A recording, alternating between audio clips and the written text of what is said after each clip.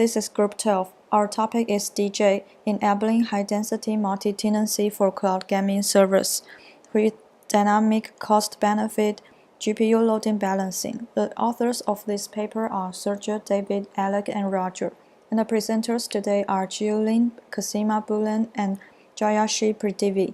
This is Chiyu-Lin. We can start now. Before talking about our topic, let's have a short look for some keywords that we will mention in this paper.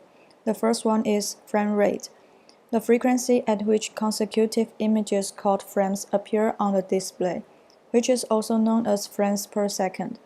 That's a moving scene we saw in our normal life. It usually applies to film and video cameras, computer graphics. And the second one is rendering. Rendering is a process of generating an image from a model by means of a software program. It is also used to describe the process of calculating effects in a video editing file to produce final video output. A rendered image can be understood in terms of a number of visible features. For instance, shading is how the color and brightness of a surface varies with lighting. There are a lot like reflection, transparency, so on and so forth. Motivation.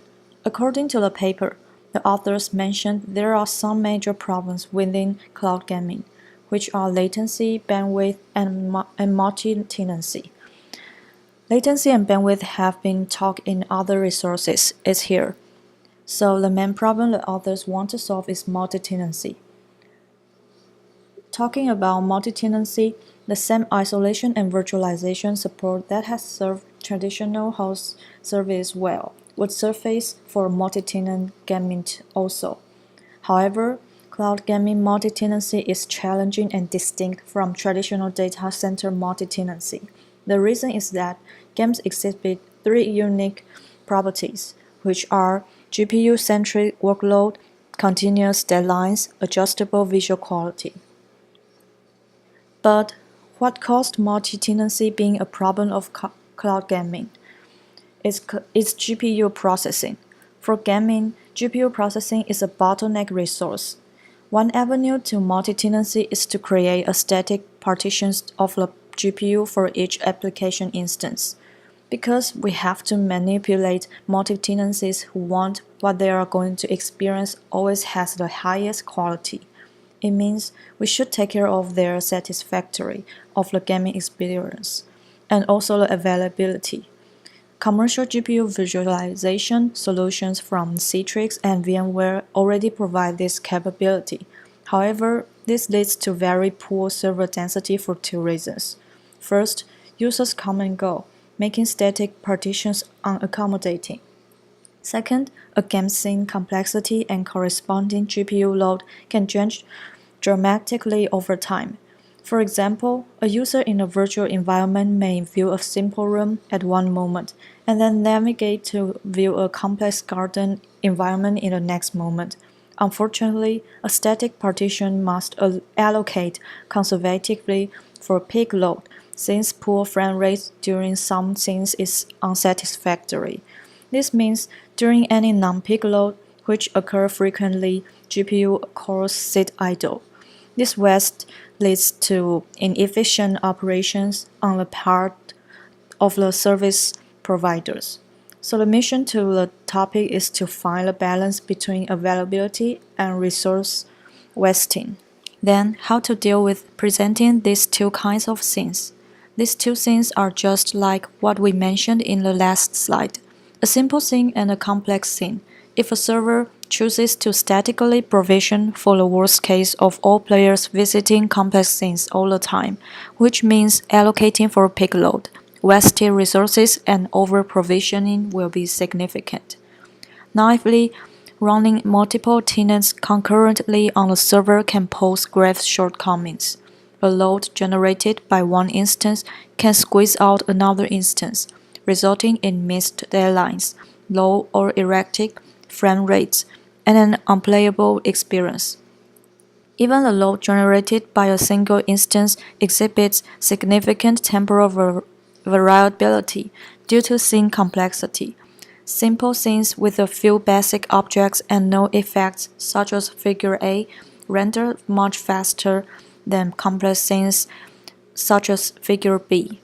Players can encounter both simple and complex scenes within a brief window of a single session. These are why the authors built DJ to address these shortcomings. They care about 2 points, which are cost in terms of GPU time and benefit in terms of visual quality. Utility is the basis for DJ's three main functions which enable it to maximize aggregate visual quality, and we will talk about it later. Now, let's see if this is an important problem. Of course, yes. How to provide client satisfaction in visual quality, being stable and available all the time. Obviously, every player wants to play a game smoothly. Due to different objects leading different using in GPU level, we would fail by allocating fixed resources to all things, so we must give in the most resource of GPU to our client, but it causes GPU idle. If the GPU is scalable, then it would not be a big problem. However, the problem is how fast we are able to adjust the amount of GPU that we are going to allocate to our client. I'm going to extend the previous slide by adding this additional question. Is there any other issues? Yes. We talked about the problem of scaling is how fast we are able to adjust the amount of GPU that we are going to allocate to our client. In briefly, the main thing this paper has done is to estimate the utility. We now know how much resource we are going to allocate, right? But the problem of how fast we can give wasn't mentioned. If the speed of scaling isn't that fast, a potential problem would be delay, and delay causes bad user experiences. Moreover, it's about money. If I have a gaming server, I should know how much resources are going to be scaled could lead to the minimum cost. And I want to make sure the cost is always the lowest it is supposed to be. Also, it should satisfy all my customers and be stable. That's why I think there are some issues not being included in this paper. We need to think about the whole process to deal with the problem. Did the authors motivate convincingly this problem? This is relevant to the previous slide I added. They do care about the cost of GPU time and how to estimate the distribution of GPU resources to clients. They want to find a solution to address the shortcomings of creating static partitions of the GPU for each application instance. But there are more problems related to this issue, just like I said in the previous slide. Is the importance theoretical, practical, or both? It's both. In theoretical, it is important. If the amount of users increased, we can calculate how much loss the server would encounter. In practical, the authors have applied DJ on real productions, and we know it does help. Are there any solutions out there for this problem? There is a solution from NVIDIA in 2018. If there is an advanced GPU virtualization, it would be a solution to dynamically scaling. According to developer.nvidia, Kubernetes on NVIDIA GPUs enables enterprises to scale up training and inference deployment to multi-cloud GPU clusters seamlessly. It lets you automate the deployment, maintenance, scheduling, and operation of multiple GPU-accelerated application containers across clusters of nodes. In short, we can dynamically scale GPU to nodes very fast by buying GPU clusters. We know that GPU was not able to be split without GPU virtualization in the past. In order to improve the performance, we can only add one GPU at one time, but we still don't know how much GPU we should provide to our services, and the speed to respond to demand is slow. Kubernetes on NVIDIA GPU actively monitors our operation and allocates resources we need. Due to the availability of GPU virtualization, allocation of GPU resources are accelerated. The utility of GPU clusters are optimized by monitoring the operation. You can learn more in the video of 2018 Kubernetes, a keynote at the GPU Technology Conference.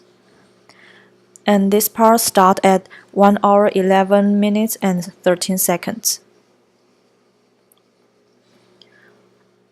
What are the similarities and differences between this work and existing solutions?